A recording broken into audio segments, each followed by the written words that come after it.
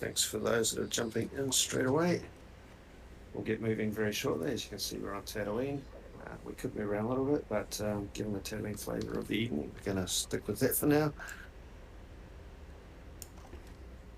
So, SWTOR playing is just for a little bit of background content while we chat about that crazy cool episode of the Book of Boba Fett.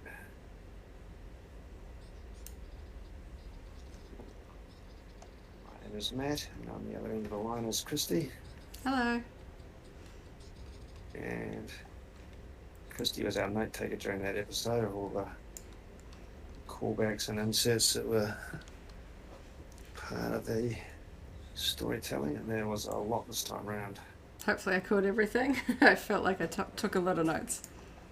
There's some really cool things. There's some really obvious big deal things, but there's some kind of fun minor things as well. Really a theme to jump into.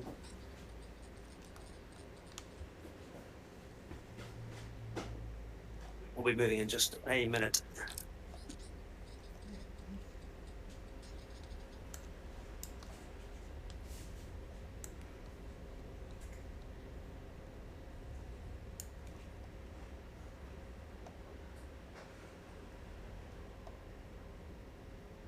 Hopefully there's not too much background noise, but we've got an awful lot of fans running just to keep the humans cool and the computers cool in today's heat.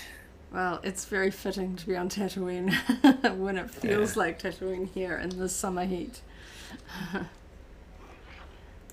If you're in chat, feel free to jump in and shout out. If you've got a username that doesn't match your name from the SWTOR group, you feel free to let us know who we're talking to. And yeah, it takes us about an hour to run through these heroic quests on Tatooine, so that's probably about how long we'll be talking for at this point, I imagine.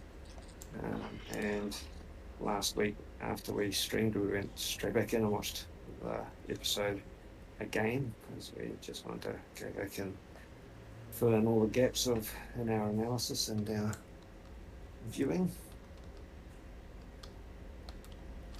So it was a really long episode. It's interesting that they're ticking over live just a shade before 9. It was almost 5, 6, 7 minutes earlier than 9. I don't know why that is, because that means if they're going live globally, they're showing up on the day before Wednesday in some parts of the world. And they do bill this as a Wednesday release, but that's fine. I don't mind starting a shade early. We were kind of aware as a consequence of it starting screening last week that might be the case, and we were looking out, and indeed it did. Yeah, it felt like it was up so early. There wasn't even a thumbnail for it. It just had a standard blue Disney Plus logo for the episode, so I was like, cool, yep. If it plays, it plays. I don't need to see a screenshot of the thumbnail. So that was over 50 minutes in duration. Yeah. Credits. Probably about 40 minutes worth of content.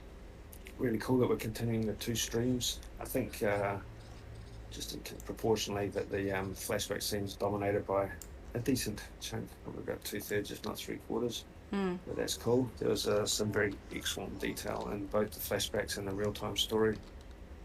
Either way, let's jump into a quest as we get things moving. Where do you want to start with? We'll do pirate bullies. Alrighty. So last week's episode finished on a flashback scene, but this week's episode began on a real-time scene, if I remember correctly. It started with the Jabba's Palace overhead shot, where we see Fennec walking up to the big classic Jabba's Palace door with the Nightwind assassin in tow. Yeah, and they played the Rancor scene kind of interestingly, or the threat of the Rancor kind of interestingly. Yeah, they knew that people would be like wondering if they like replaced it or what's going on there, so that was kind of fun. It was interesting that the 88 droid Matt Berry, 88 aka UK2B droid, was still there, so Matt Berry's got an ongoing role in terms of voicing that character. Yeah, he's still, if I recall, featured first in the sort of also starring section. Yeah. So I would assume that means that he's got an ongoing. So how did that first scene pan out? We went from a little bit of the interrogation of the Nightwind assassin straight to the mayor's office. And the mayor is the Ithorian, and the Ithorian is played by Robert Rodriguez. Yes. So Robert Rodriguez, director of the last episode, not director of tonight's episode, he's getting around and inserting himself into scenes and costumes. Yes. I mean, it was I'm not sure what they meant by the Ithorian being played by Robert Rodriguez. Was it the human translated voice? Because presumably it looked like the Ithorian voice was just generated.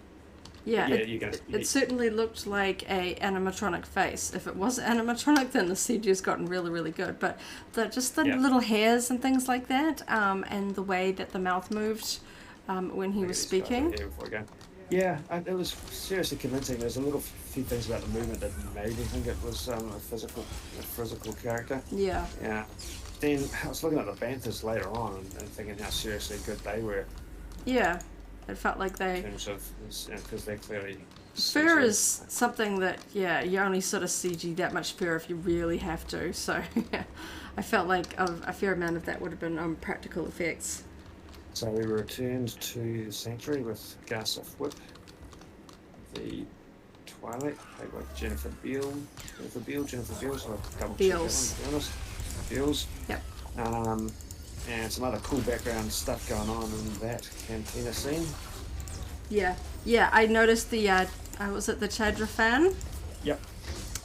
Which was very cute, which may or may not be Cade from the Hope Cantina. And we also saw a Snaggletooth. Yeah. And of course, lots of the classic droids and kind of denizens in that room that we saw in the first episode. So obviously, a place like that is going to have some regulars. And we saw the Twi'lek sort of aids. Again, apart from a few of the customers, it was the same sort of core crew for the cantina, which was fun. Same band members, same trio. Yeah. And what I'm noticing in the background, we just talked about the Cheddar fan and Snivian, Snaggletooth, that they're throwing in all sorts of background aliens from all over the franchise. There's stuff that showed up only in Solo, there's stuff that showed up in sequel trilogy, just in terms of background aliens, and that balance is really cool. Yeah. I've seen the original trilogy stuff because we're on Tatooine, but I like that they're kind of evening it out with all these callbacks to really show an even spread of the creatures across the galaxy. And it was also interesting as they were going to the Sanctuary, I think that they really focused on the amount of Trandoshans in residence.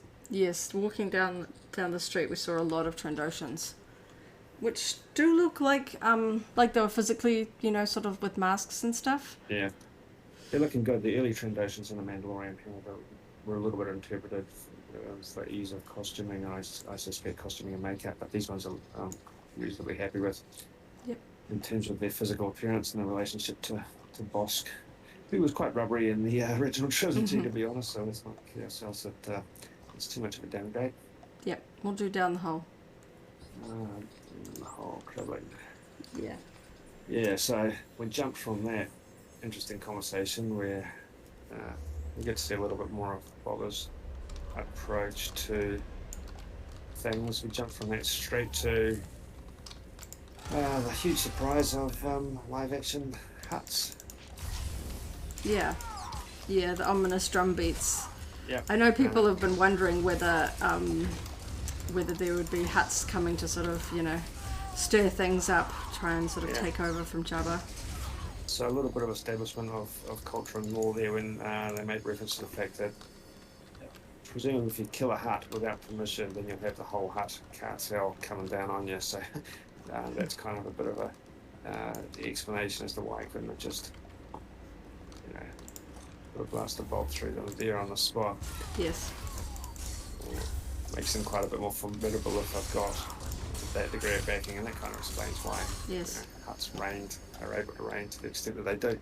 I thought it was interesting that they're not featured in the credits, and we don't know their names. So we don't know who voiced just them, referred and we to as don't the know twins. their names specifically. Yes, we do know that related to Jabba, but I guess I'm almost wondering if there's going to be some sort of reveal. Most of the time they stick things in the credits. You know, the names of characters and things like that, and who was the body double and the voice actors. Like yeah, definitely sort of tried to snope that one out, but it didn't. They seem to possibly be hiding it for a reason. And so the litter bearers, there was a whole array of different species there as well. Yep. Yeah, we saw a Nikto and a Baylock and some humans, of course. They looked like I get the feeling like the platform was physically there, just because it was fairly convincing the way they all looked like they were struggling to hold it. Yeah, that's a hard thing to pull off.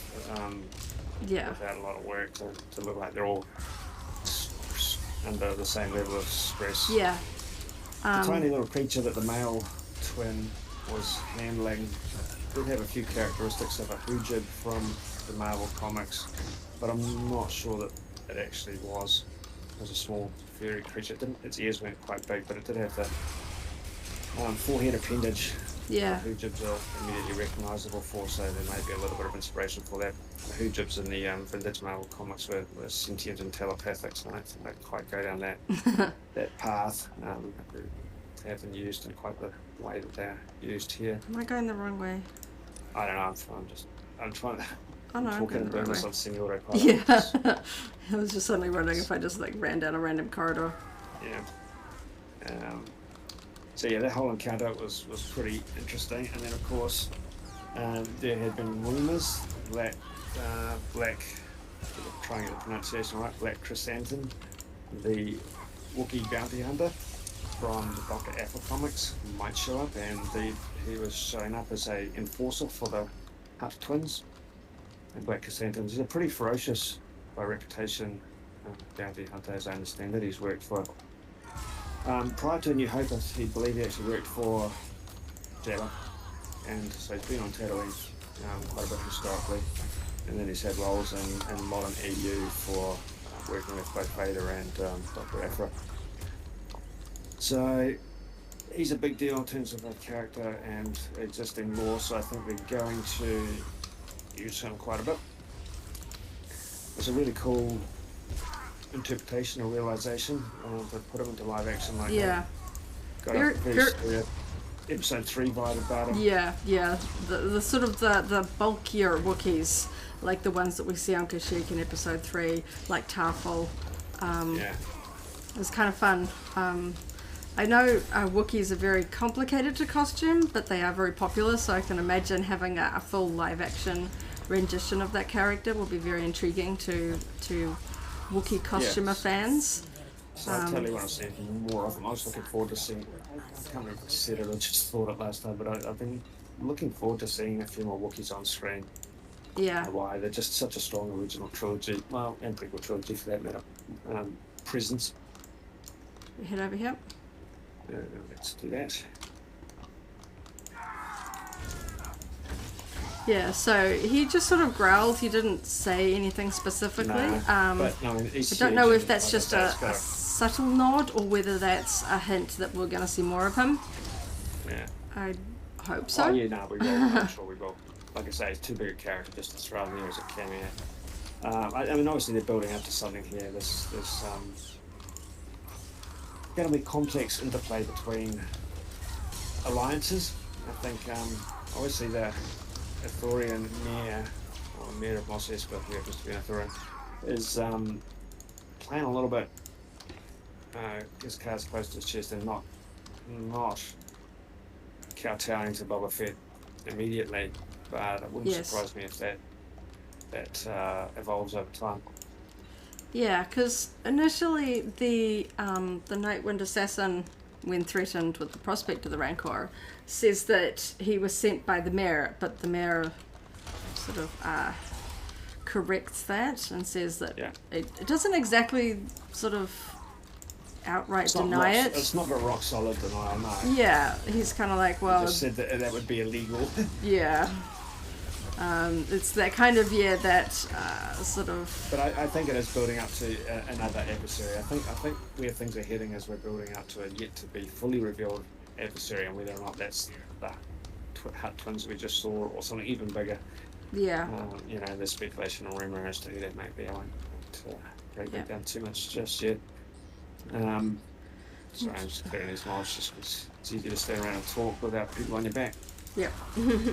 So I think that was the essence of what else happened in the opening stream before we went to the flashback mode. That's primarily it. I've got things like we start at the Jabba's palace, we see the door. They called the assassin Order of the Night Wind, so that's I guess the official, and we sort of get a bit more information about that assassin from the droid, who talks about that they'll never sort of betray, and they can only operate within sort of Hutt territory. Thought that was interesting. We saw the Trandoshans in the street, and let's see. That's mainly it. The main sort of big reveal before the Hutts are carried back away down the street was, of course, the Wookiee. And at that point, we go back to Boba in his Bacta tank. Yeah, so all up, that kind of means that Ming-Na Wen's role in the most recent episode was a little bit downplayed. Because the rest of the show was in flashback mode. Yeah. But of course, I'm sure that'll balance out over time. She's been working quite actively in the last week. Subsequent to that first episode, so engaged in promotional interviews with a few channels and the US. There's a little bit of that up on YouTube in a few different places. Yeah, reiterating what she said in the past about being a big Star Wars fan, who was so excited to learn that I'll tell you what else. That her character didn't die in that first episode. Jennifer Beals, who is obviously new to Star Wars, she did an interview with Harper's Bazaar last week as well, and she said she got a lot of advice from Ming-Na Wen about what she was about to face, about the cultural impact and the fact that people are going to be cosplaying as her and all that sort of stuff. So it's kind of interesting to hear that Ming-Na Wen is a bit of she's been in it for long enough now, because it was a couple of years for her. Yeah. She is a bit of a mentor to those people to whom that experience will be quite new. Well, even going back, I mean, being one of the original sort of Disney princesses, the Disney princesses have a long legacy of costumers. And even going to her role in Marvel, I've seen people cosplay as Agent May, so it's kind of fun that she really appreciates the levels that the fans get involved in a positive way.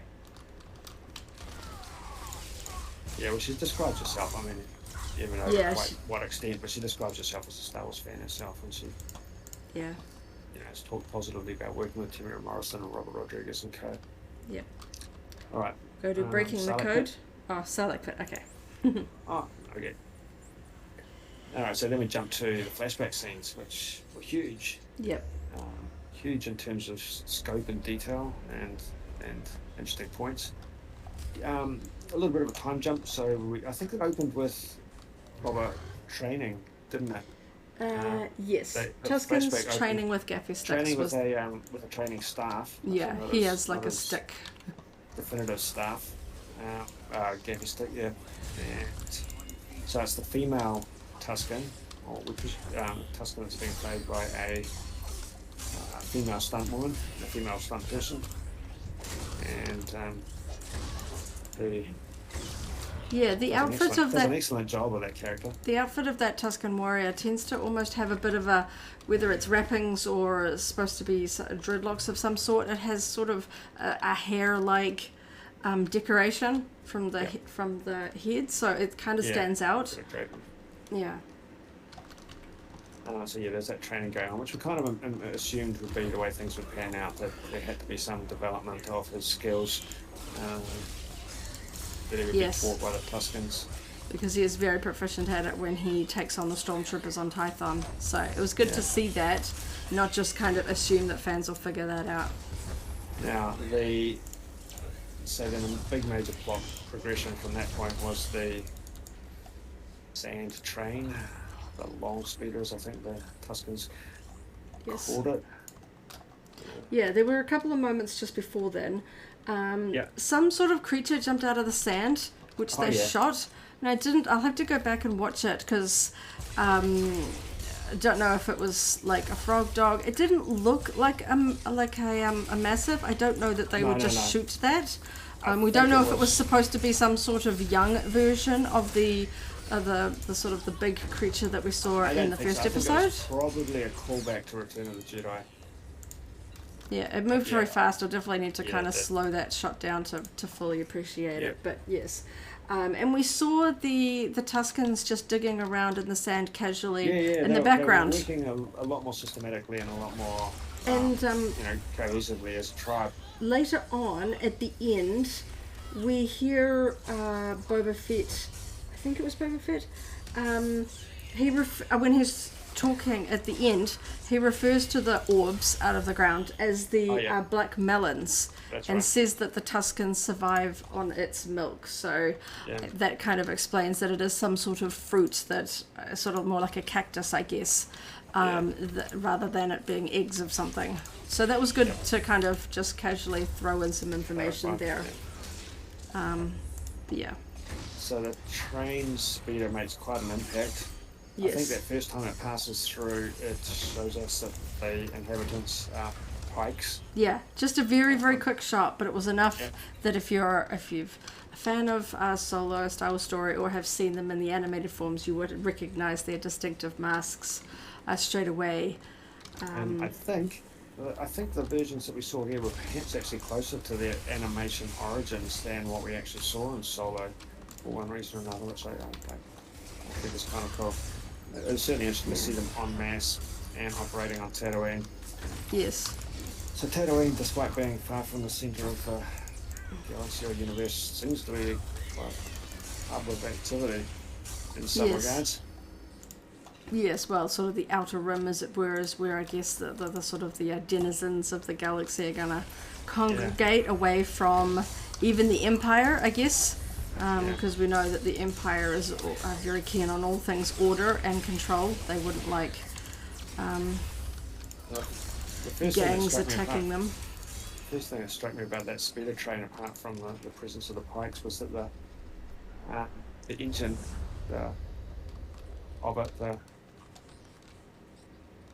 driver compartment, actually really reminded me of an unused toy concept for the Imperial troop transport. That was a expanded universe toy back in the Kenner vintage era. It reminded me of that because, in particular, of the way they had the big engine overhead, which that unused concept for the troop transport actually predominantly had, and a bit of a wedge. It's not identical, but it really made me think of it at the time. Sort of wedge-shaped overall shape. So the significance of the speeder bike gang that we saw starts to come into play, but there's going to be more of them down the line because I don't think we've seen everything that from the teasers.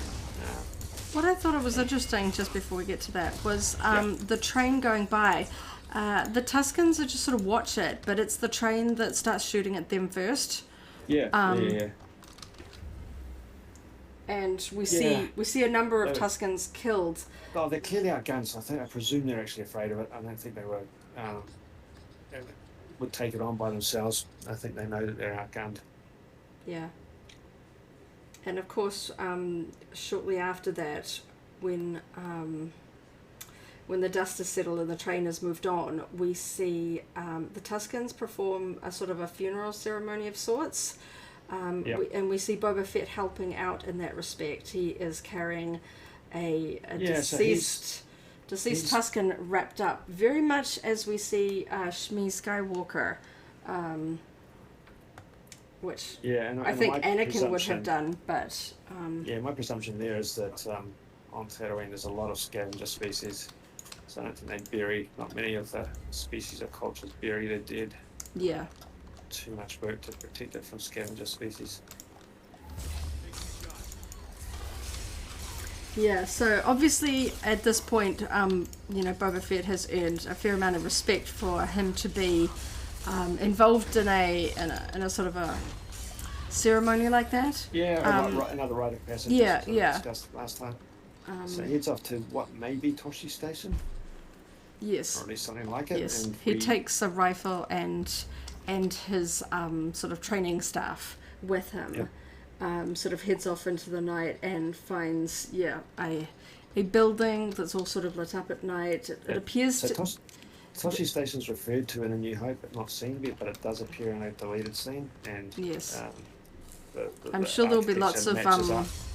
now that we've got the full episode, because Yep. people were trying to do comparison shots with the short glimpses we got in the trailer, but now that we have the full episode, I'm sure there will be lots of comparison I think galleries. It's reasonably solid. So Yes. it's obviously a little bit of a cantina as well as a. We see a social bartender point as and well as drinks. The tables are very reminiscent of the cantina that we see in A New Hope. But the big deal, really big kind of Easter egg there is that the male and female that are being harassed by the Nikto gang are in fact Cammy and Fixer, who are Luke's friends from A New Hope in that deleted scene. So their names actually appear in the credits. Yeah. So that's rock solid confirmed. Yeah. Some eagle-eyed fans had kind of noticed the way that what the clothes they were wearing and their just general appearance. Yeah. Actors, and that they would look that they were a good match for a slightly older version of those characters. So that was fun for that to be true. Just sort of adding to that sort of notion that most people never get off Tatooine. I think, because we see Luke kind of, wanting to get away, heading to the stars and things like that, and it kind of, sort of sets that notion that most people, like Han, so sort of casually quips, if you're born here, you're gonna die here, sort of notion. But yeah, it was fun to see them, and obviously Boba Fett comes in and he uses his rifle for a short bit. And then breaks it, so he then has to rely on his staff, and we see just how much he has improved with his training because he is fairly proficient taking out the rest of the gang with it. So we know that he could, take on the stormtroopers like we see in The Mandalorian. So that was sort of like a nice matchup showing us how proficient he is, and taking sort of like that cool drink at the bar after sort of, decimating everyone in it was kind of fun. Speaking of being a bar, there was an IG. It wasn't anywhere near as developed as the Mos Eisley Cantina, but there was a IG-88 head, i.e. drink dispenser, distiller in the background. So there was that connection as well. Yeah. All right. Let's travel on. Breaking the code. So we moved on from that scene, and that was obviously an important progression in his relationship to the Tuscans in terms of proving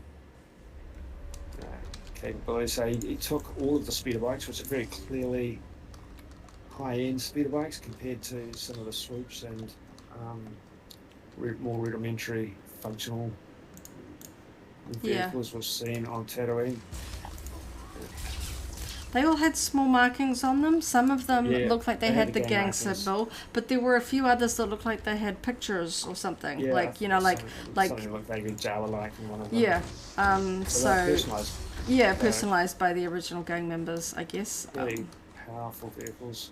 Yeah, and the fact that they all matched kind of feels like, this is a profitable gang that could afford to go and buy new speeders, like a fleet, rather than just being stolen or scavenged. Yeah. So it was about that point we had quite a fun montage.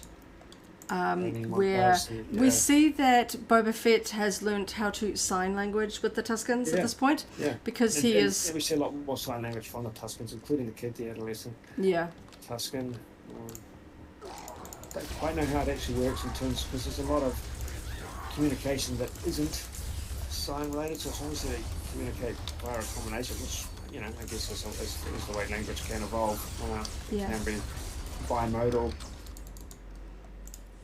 Yeah.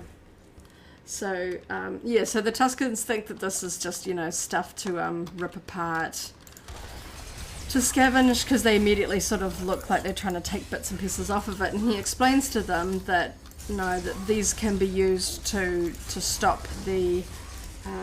marauding train. I think they called it like the long speeder, yeah. The long speeder, yeah. Which is, the train as we would refer to it. Yeah, sound train.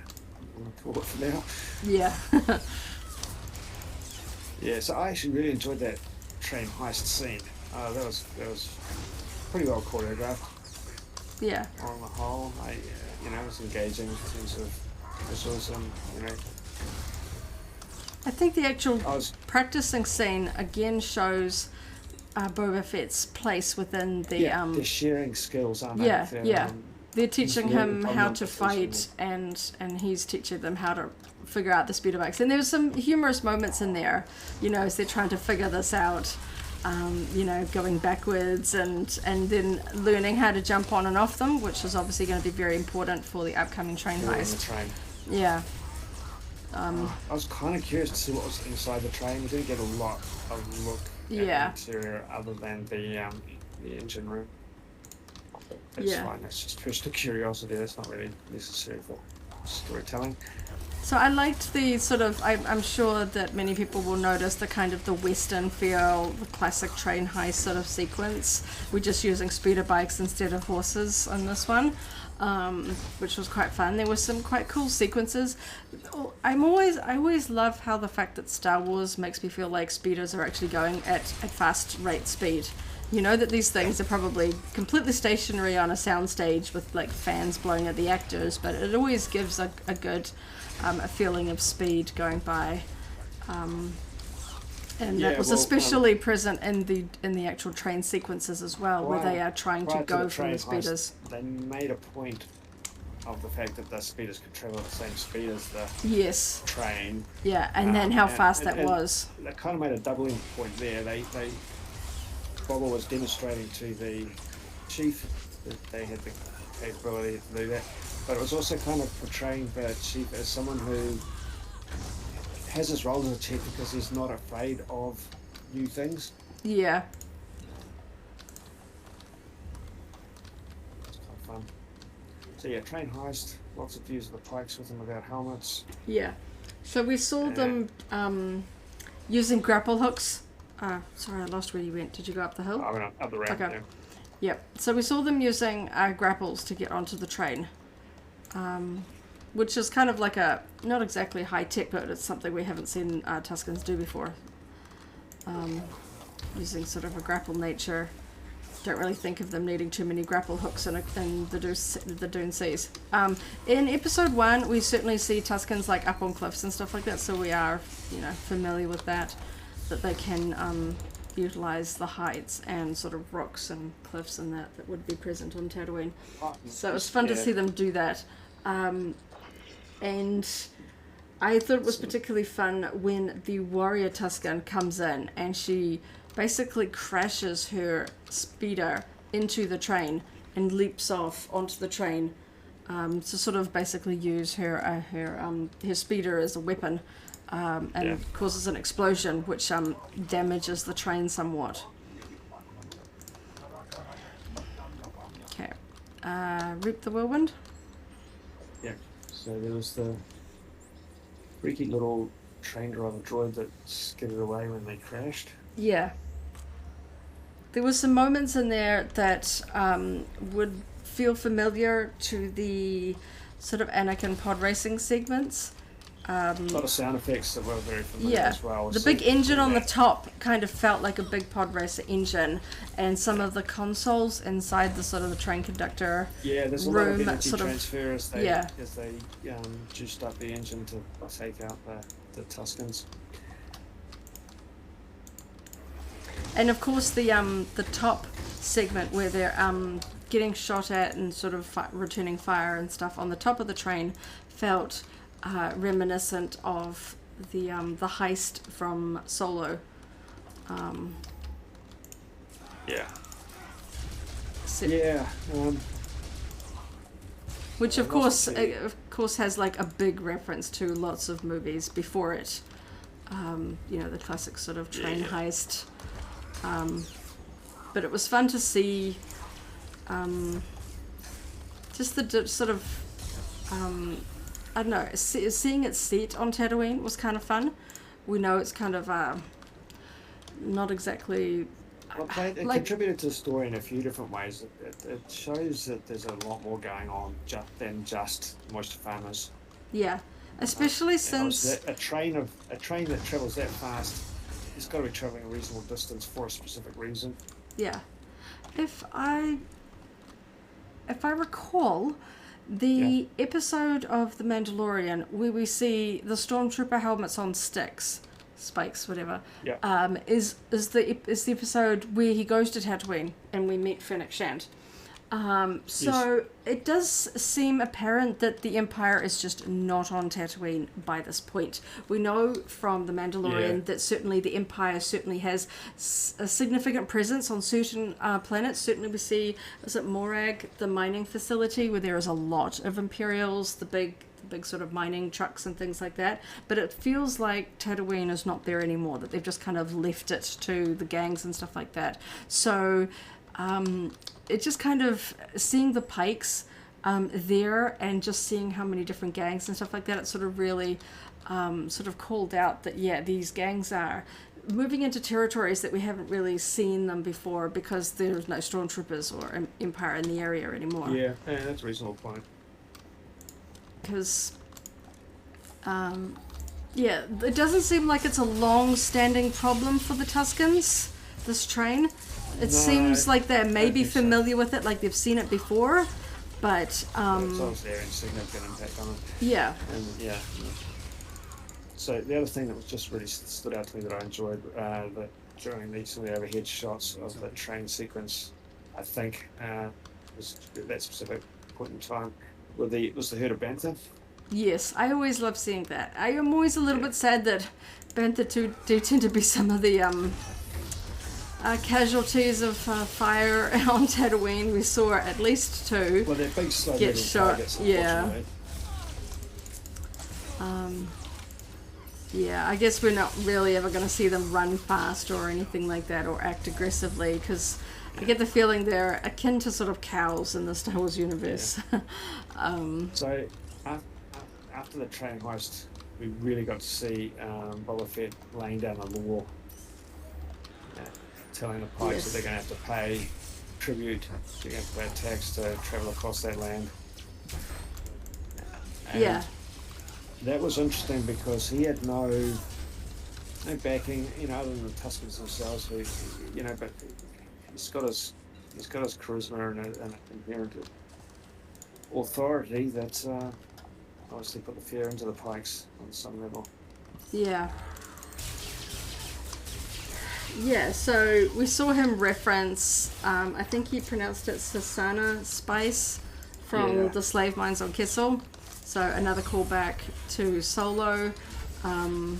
Obviously we know spice is kind of a big trade in the underworld, so it was kind of fun. So I'm not sure we obviously know from Solo that the Pikes do run the spice mines on Kessel. Yeah. So it was kind of bread and butter. Yeah, it was humorous to see them kind of like try and deny it. And then of course they're like, we don't know what it looks like. And then somebody spills a crate right there. It's not looking good for you. Yeah. So there was some sort of humorous moments there. But yeah, considering that we know the Pikes to be a fairly Dryden Voss talks about, having a fragile alliance. He respects them. He doesn't want to go to war with them and stuff like that. And I think they're big in terms of numbers. Yes. We do know them to be a formidable force. So for Boba and the Tuscans to stand up to them like they did, that was kind of a significant step in proving his position. And possibly could mean that he may work with them in some capacity later on if he can count them as allies rather than foes. It's going to come down to what the biggest threat is. Yeah. I think as to who allies with who once all of the players are laid out. And it was another reference in The Mandalorian, in the episode where he's on Tatooine, tracking Fennec Shand. We see him give sort of binocs to the Tuscans and sort of talking about sort of paying to cross their lands. And we see that referenced again here, that he's telling the Pikes that they have to... Yeah.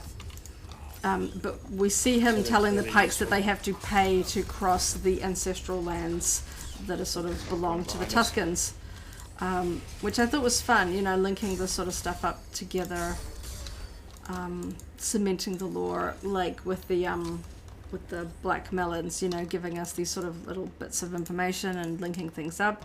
You know, I think a lot of Star Wars fans really appreciate giving us more details, more world building. That's kind of really fun to look at it. And when it's consistent. Yeah. And so after they've kind of done with the Pikes, we have a scene where we see the Tuscans grabbing what appears to be water off the train and stuff like that, and sort of basically celebrating the bits and pieces that they have now sort of plundered from the Pikes, who are being made to march through. They almost have slightly sort of fish qualities to their face, so it sort of hammered in how not fun it's going to be for them to walk through the desert. Boba pretty much said, get going. I was going to make it for sundown. It's not going to go well for you. And he was sort of sympathetic, basically. You know, we're letting you live, and that's your gift. That they're not going to help them any more than that. So the next scene is where Boba, the chief, and a few other sort of obviously high-ranking have an evening ceremony in a tent. Yeah. And we learn that the chief is talking about how there are very many different Tuscan tribes, and they reference... They talk about the point in time when Tatooine had oceans. Yeah, he said something like, since the oceans dried, which is really interesting. Because that has shown up in old EU material before, I'm pretty sure. Yeah. Might not have been in stories, but in the sort of... encyclopedia type lore type books. Yeah. There's been reference to the climate and environment of Tatooine changing over time for one reason or another. And then obviously we get to a significant scene where the chieftain gives him a gift to help guide him, and you think it's some object, and it's a little basket containing a lizard. And he kind of... The lizard, surprisingly, goes up his nose, and the chieftain's like, he'll guide you. And they blow something in his face, whether it's spice or some other kind of... I wasn't 100%... He did that simultaneously, and that's when the lizard jumped in, so I wasn't 100% sure if that was a hallucinogen for Boba's benefit, or if that was what made the lizard. Yeah. They sort of toss lizard food at his face to get the lizard to jump at him. Then the lizard would just follow it. Yeah. Either way, we get the dream sequence. Which is kind of a dream, but he also does walk out into the desert. He does travel, yeah. Yeah. And we see some really interesting imagery. We see him sort of walking through the desert, and it flashes to him in his classic armor at times. Oh, yeah. Which is fun to see. We know that color scheme, yeah. It would be really fun if we get some sort of behind the scenes that they do show us some shots of that armor. I think costumers and fans would love to see that sort of being recreated. You know, that they would have access to the original, so we'd expect it to be fairly accurate, but we know sometimes they make small changes for the sake of practicality or modern techniques. And then so after stumbling through the desert, we see him finding a sort of a tree that becomes filled with little red eyes. The artwork at the end of the episode depicts this tree with a whole lot of Jawas surrounding it. So I'll have to go back and see whether those red eyes do look like Jawas. We know that the off-world Jawas in The Mandalorian are depicted with red eyes. Certainly in the action figures they have very red eyes compared to the yellow of classic Tatooine Jawas. So not sure if it's still supposed to be Jawa eyes that we're seeing in that dream sequence. I'm not sure why. Yes. Would be, but yeah. I don't know whether he sees them as evil because they stole his armor. I don't know. Yeah, I'm not sure why the Jawas were related at this point, but yeah, they were there in the concept art. He sort of he climbs to the tree, kind of wrestling with it, and it kind of flashes between tree branches and the kind of innards of the Sarlacc pit. So we get another sort of bits and pieces of that segment of him being inside it and getting out and stuff like that. And then we get some really interesting shots of young Boba on Camino, walking through sort of the Camino corridors, with the waves and everything out the window, and watching Slave One leaving. We're not exactly sure what point this is. Obviously when he was young, about the same time, because we do see in this... I'm not sure if it necessarily means a whole lot in terms of story or background or character, but it was just a fun flashback, and it does imply that he was left on his own for periods of time. Yeah, because we know that certainly he went with Django to Geonosis, but all of what we see Django is on Coruscant at the start, working with Zam at the start to try and assassinate Padme Amidala. So we knew that Django would go on missions and leave Boba at home. Yeah, he was still bounty hunting.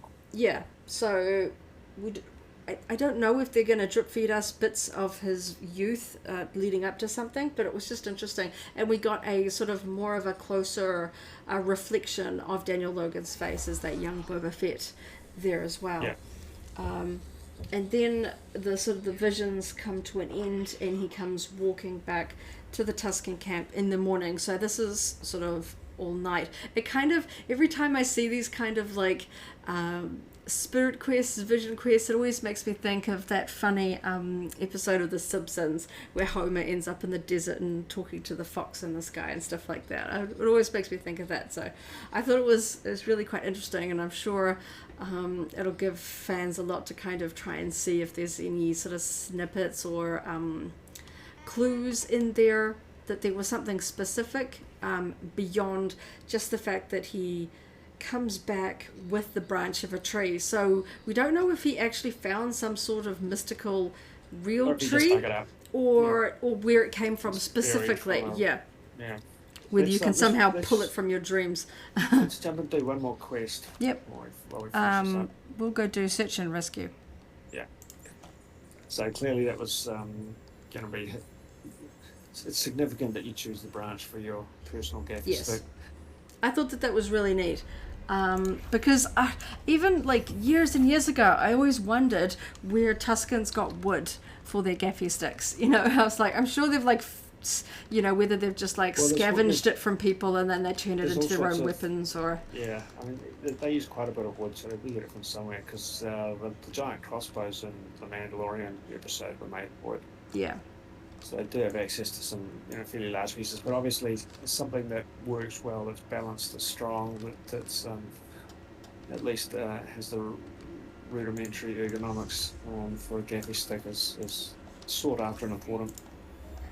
But yeah, I liked that it had a little bit of a, building your weapon sort of lightsaber-esque quality to it. Well, before you jump into that, the thing that just was undeniable and stood out dramatically to me is that forge where he went to craft his gaffy stick is without a doubt based on Ralph McQuarrie's concept art of Tuscan Raider culture, because there's a very cool Ralph McQuarrie concept piece with a bantha hiding behind a piece of starship debris, and it's exactly the same as what we just saw there for the forge and workshop that he made his gaffy stick at. Yeah, that was really neat. So when he comes sort of walking back to the camp, when he talks to the chieftain, the lizard jumps out of his nose. So it doesn't stay in there. It's not going to aid him on an ongoing basis. So Some of it it was, might give him some interesting powers yeah. down the line, but not short-lived. So yeah, so it was sort of just for the point of the spirit quest, and just before he starts making his gaffy stick from the wood, we see a sort of a ceremony where the Tuscans dress him in black robes, which is kind of like obviously sort of like you're one of the tribe now, you have graduated, you know, you've defeated a beast, you've helped the tribe, and you know, with the train and gone on his spirit quest, so he's kind of become one of the tribe at this point, and he's bestowed with these black set of robes, and I guess they gave him the bandolier, the sort of the belt with all the ammo on it, because obviously the Tuscans do use sniper rifles a lot, so I guess they steal that weaponry when they can get their hands on it. They have the ability to forge. Well, yes, they have the ability to forge metal. So maybe they do craft their own from scavenged pieces. Like we see them pulling the metal off, well, beginning to pull metal off the speeder bikes. But yeah, I thought that was kind of neat. It was obviously a symbolic ceremony. It wasn't just like, oh yeah, here's some black clothes, you can put them on. I thought that was neat. And then obviously, yeah, we do get to the sort of the forge. And I believe it was the female warrior that trained him that was maybe helping him. And we see all the really specific details, the cutting, the pattern around the sort of rounded edge, and the metal blade on the other end and things like that. Because as we see him on Tython, Boba Fett's gaffy stick is distinctive. It is thinner than some of the others that we have traditionally seen. It's got quite a curved, quite a flat head. Yeah. Some ways, but yeah, very specific. So I enjoyed seeing him craft that it wasn't just like, oh yeah, take one from our pile of weapons type thing, that it is unique to him. So I don't know if we've particularly seen him carry it in the modern era. He must have it like stored somewhere safe. Yeah, I don't think there's concept art from the first series that shows a weapon rack that has the gaffy stick and a long rifle sitting parallel to each other. So it kind of keeps them up in his Bacta room. Yeah. At least in the concept art, but he doesn't carry it around the streets. So I think it's sort of symbolic and kept safe at this point. Which makes me wonder if there's going to be any callbacks to his Tuscan with respect to their culture in any way, not just as weapons training. I wonder if there's going to be any other sort of callbacks to the Tuscans, or whether they come to his aid at any point. Obviously, we know that we saw in The Mandalorian, the Tuscans helped the local township fight off the big beastie. So it'd be interesting to see if the Tuscans would come to his aid for sort of, a gang war of such. They're certainly vicious when they can use weapons well. The last sort of scenes that we saw were them all sitting around at the campfire, where we see the chieftain and other, I guess, elders of the tribe sitting around a campfire in the evening, and we see him sort of show them his completed gaffy stick, and then him and the warrior that trained him do some sort of, it's kind of like a fighting dance, to which the others all get up and join in, and that is where the episode ends, with all of the Tuscans, or at least the adults, all sort of doing this sort of fighting dance around the fire. So it sort of feels like that's a pretty good way to wrap up his storyline with the Tuscans. He's sort of fully graduated in their culture. There's nothing else that we've seen in the teaser that relates to those sort of potential flashback scenes that I can think of. I feel like that sort of wrapped up those flashback scenes fairly well. On the swoops, possibly a little bit more, but that might be in the modern scene. I don't think we're fully done with them. No. But yeah, you're right. They've kind of wrapped that up in terms of story as well. It doesn't feel like a lot more is needed from that part of the storytelling. Yeah. That possibly the next time we see the Tuscans will be in the modern era. Yeah. And that's cool. I really enjoyed, as I said before, the parallel storytelling, but I'd like to focus, now that we've got all that detail about the Tuscan relationships sorted out. I'd like to see the real meat of the story come into play. Yeah. So yeah, I just had the last couple of notes were just things from the credits, such as getting the name of the mayor, the fact that it was played by Robert Rodriguez. As you say, we don't know if it was physically him in the costume in some capacity, or the voice. I'm probably inclined to think more the voice. I can't imagine. The translated voice. He doesn't move much in the chair, so I think it would probably be much easier to do that as simply a puppeteered creature of some sort, rather than it being... he does move his hands a bit, so... but again, that could be sort of mechanical movement rather than somebody in it, and the credits confirmed that it was Cammy and Fixer. Definitely keen to after watching it again, look up to see if any of these sort of inserts, these characters are played by actors that we might have seen somewhere else, because don't immediately recognize them or the names, but that doesn't always mean that you haven't seen these actors somewhere. Certainly, like the Twi'lek, I wouldn't have recognized who that was without sort of knowing the actress's name, and whether or not it is a hujab that the Hutt is holding. And dug through the credits to see if there was any names or references to who voiced the Hutts or what their names might be. Nothing there. So that's about it. I think we've wrapped this one up. Yep. Yeah. As I said, that was about an hour's worth of conversation and analysis, and we are going to go and watch it again. Yeah. I like talking about it, but very much like double watching them promptly. And we'll also talk about them a little bit more of a continuous flow in a podcast, the SWTOR podcast on the SWTOR YouTube channel in less than a week, so before next episode screens. And doing it in these two different steps gives us the opportunity to articulate our first impressions, but then secondarily articulate a little bit more deep analysis down the line when everyone's had a chance to watch it. So we'll call it for the evening now. We'll jump back in and watch it. Hope everyone that's listening, either in chat or lurking without logging in, which is probably fine. I can understand that. Enjoyed that episode as much as we did. Thanks for taking the time to listen to us. We'll catch you all next time. Thanks for coming, and may the Force be with you. If you enjoyed this video, go ahead and give it a like, check out our other videos, and subscribe for alerts about new uploads. Thanks for watching, and may the Force be with you.